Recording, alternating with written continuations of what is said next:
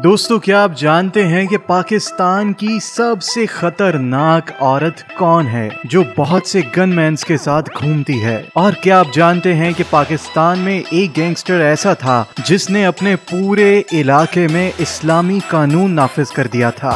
अस्सलामुअलैकुम दोस्तों, मैं हूं आदिल और आप देख रहे हैं टॉक हियर। आगे बढ़ने से पहले हमारे चैनल को लाजमी सब्सक्राइब करें और साथ लगे बेल आइकन पे लाजमी क्लिक कीजिए। मेरे पे 3 हमले हुए हैं कि मेरे घर पे फायरिंग की है, मेरे डेरे पे सीधे ब्रस्ट मारे गए हैं। लीडर ने जो गरीब आवाम वास्ते खड़ा होना जानते हैं। सिद्रा सईद बंदिशा।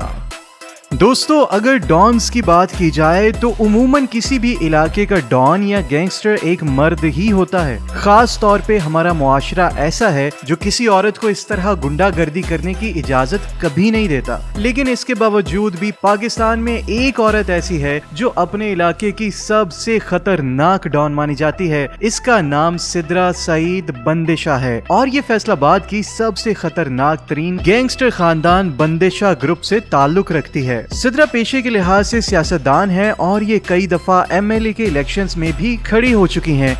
इसका रोब और दबदबा इतना ज्यादा है कि ये अकेली ही 100 मर्दों के बराबर है।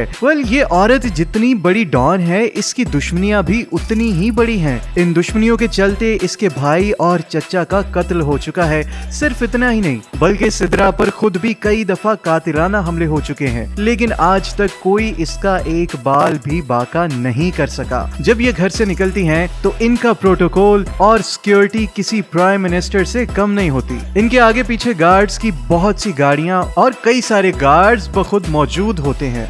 अब आप देखें, रिसेंटली एक वाकया हुआ है बेलाज का। बाकी दुश्मनदार का कोई दोस्त नहीं होता। राइफल का अब शौक है मुझे। जब दुश्मनी में मैंने कदम रखा है तो मुझे भी तो कुछ सीखना चाहिए। चौधरी हस्साम वराइज।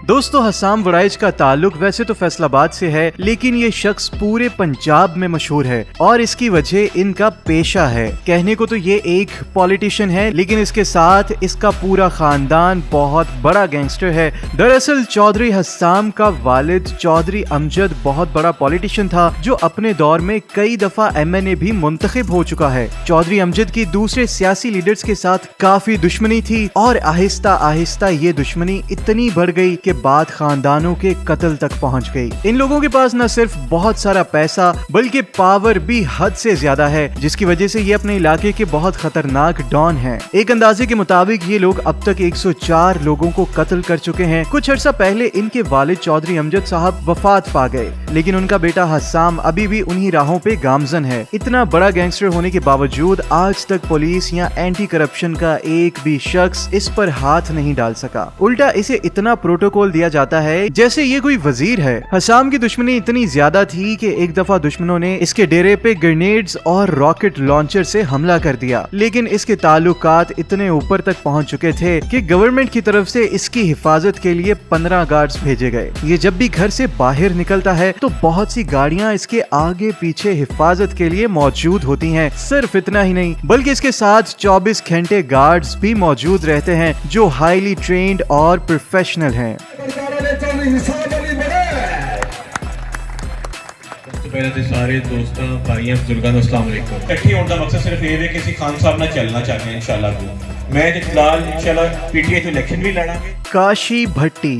बेशक आपने कच्ची के डाकुओं का नाम तो सुना होगा। ये लोग इतने खतरनाक हैं कि इनकी दहशत से पुलिस भी डरती है। लेकिन क्या आप जानते हैं कि पाकिस्तान में एक ऐसा क्रिमिनल था जिससे पुलिस तो क्या कच्चे के डाकू खुद भी डरते थे? जी हाँ, काशी भट्टी का ताल्लुक पाकिस्तान के इलाके सलार भटिया से था। ये अपने गाँव का सबसे बड़ा क्रिमिनल था और कुछ के मुताबिक ये गाँव को ही ऑन करता था। ये खुलेआम मंशियात और असला बेचता और किसी की जुर्रत न थी कि इस पे हाथ डाल सके। एक दफा काशी ने अपने इलाके की एंट्रेंस पे बकायदा बोर्ड लगवा रखा था कि पुलिस की एंट्री मना है, आने वाला अपनी मौत का खुद जिम्मेदार होगा। यहाँ तक कि अगर कोई पुलिस वाला इसके इलाके में घुस भी जाता तो ये उसके कपड़े उतरवा कर उसे गांव से बाहर निकाल देता। इसके पास पाकिस्तान का सबसे जदीद तरीन असला मौजूद था और ये डंके की चोट पे इसे बेचता भी था। पुलिस ने कई दफा इसके इलाके में छापा मार के इसे पकड़ने की कोशिश की, यहाँ तक कि 2-2 हफ्ते तक इनका आपस में मुकाबला चलता रहता, लेकिन हर दफा पुलिस को ही हार मानना पड़ती। जब इन्होंने देखा कि ये संगीन मुजरिम किसी तरह भी हाथ में नहीं आ रहा, तो पुलिस ने दूसरा तरीका इख्तियार किया, जिसमें काशी के तमाम ससुराल वालों को थाने में बंद कर दिया गया। इनका ख्याल था कि जब काशी उन्हें छुड़वाने के लिए आएगा तो ये इसे दबोच लेंगे, लेकिन काशी और इसके दो भाई पुलिस की पूरी नफरी पे इतने भारी पड़ गए कि अपने रिश्तेदारों को पुलिस स्टेशन से ही फरार करवा लिया गया। बिलाखिर पुलिस ने एक सीक्रेट मिशन बनाया, जिसमें कुछ ऑफिसर्स को काशी के ससुराल के एक फंक्शन में सिविल ड्रेस पहनाकर भेज दिया गया। जैसे ही काशी फंक्शन में आया, इन्होंने सीधा इस पर फायरिंग शुरू कर दी। पुलिस ने इसके सिर में इतनी गोलियां मारी कि इस गैंगस्टर की वहीं पे मौत वाक़या हो गई। काशी खुद तो मर गया, लेकिन सलार भटिया के लोग आज भी इसके नाम से कांपते हैं। ये बंदा पाकिस्तान के सबसे बड़े क्रिमिनल्स में से एक था,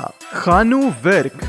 दोस्तों, खानू विर्क का ताल्लुक शेखुपुरा से था। खानू विर्क की पैदाइश उस खानदान में हुई जहां सदियों से ही दुश्मनी के नाम पे कत्लो गारत चलती आ रही थी। जब खानू ने होश संभाला तो ये भी उसी दुश्मनी में शामिल हो गया और यही इसकी पहचान बन गई। इन्होंने पे दर पे लोगों को कत्ल किया, लेकिन आखिर में ये खुद पकड़े गए और अदालत ने खानू को सजाए मौत सुना दी। लेकिन इसकी किस्मत अच्छी थी कि इसे सजाए मौत मिलने से पहले बेनजीर की हुकूमत आ गई और उन्होंने सजाए मौत को 25 साल की कैद में बदलने का ऐलान कर दिया। 14 साल तक खानू ने जेल काटी, लेकिन जब ये जेल से बाहर आया तो गैंगस्टर से कुछ और ही बन चुका था। जेल के अंदर रहकर इसने अल्लाह से इस कदर दिल लगा लिया कि बाहर आने के बाद इन्होंने न सिर्फ अपने गांव बल्कि आसपास के 40 गांव में इस्लामी कानून नाफिज करने का ऐलान कर दिया। खानू की दहशत से सभी लोग वाकिफ थे, लेकिन कोई ये नहीं जानता था कि इसका इस्लामी रूप इतना खतरनाक हो सकता है। इनका कहना था कि इनके इलाके के आसपास जितने भी गांव हैं, वहां एक भी शख्स को नमाज छोड़ने की इजाजत नहीं होगी। अगर कोई शख्स गलती से भी किसी भी वक्त की नमाज छोड़ देता तो उसे सख्त तरीन सजा दी जाती। सिर्फ इतना ही नहीं, बल्कि इन्होंने मंशियात फरोशी पे भी सख्त पाबंदी लगा दी और 40 के 40 गांव में इसके नुमाइंदे मौजूद थे और अगर कोई भी मंशियात लेता या देता पकड़ा जाता तो सीधा गोली मार दी जाती। खानू की दहशत इतनी ज्यादा थी कि इन 40 गाँव में कोई मंशियात का नाम तक न लेता, जबकि गाँव के अंदर चोरी करने वाले को भी सजा दी जाती। इन्होंने खुलेआम ऐलान किया कि तमाम लोग अपनी दुकानें खुली छोड़कर नमाज पढ़ने जाएं और अगर इनका 1 रुपए का नुकसान हुआ तो खानू खुद से 12 गुना ज्यादा अदा करेगा। और ऐसा ही होता। अगर कोई शख्स खानू के पास चोरी की शिकायत लेकर आता तो खानू न सिर्फ चोर को पकड़ लेता बल्कि इस शख्स की रकम 12 गुना ज्यादा करके वापस अदा करता। यहाँ तक कि अगर किसी घर में राशन नहीं होता तो ये अपनी तरफ से राशन डलवा देता और अगर किसी के घर की दीवारें छोटी होती तो मजदूरों को बुलवा के 1-2 दिन में ही दीवारों को ऊंचा करवा दिया जाता ताकि घर की इज्जत को महफूज रखा जा सके। पुलिस ने इन्हें कानून हाथ में लेने और लोगों को कत्ल करने के जुर्म में पकड़ने की बहुत कोशिश की, लेकिन वो कभी कामयाब ना हो सके। यहाँ तक कि एक दफा फैसलाबाद, गुजरांवाला और शेखुपुरा समेत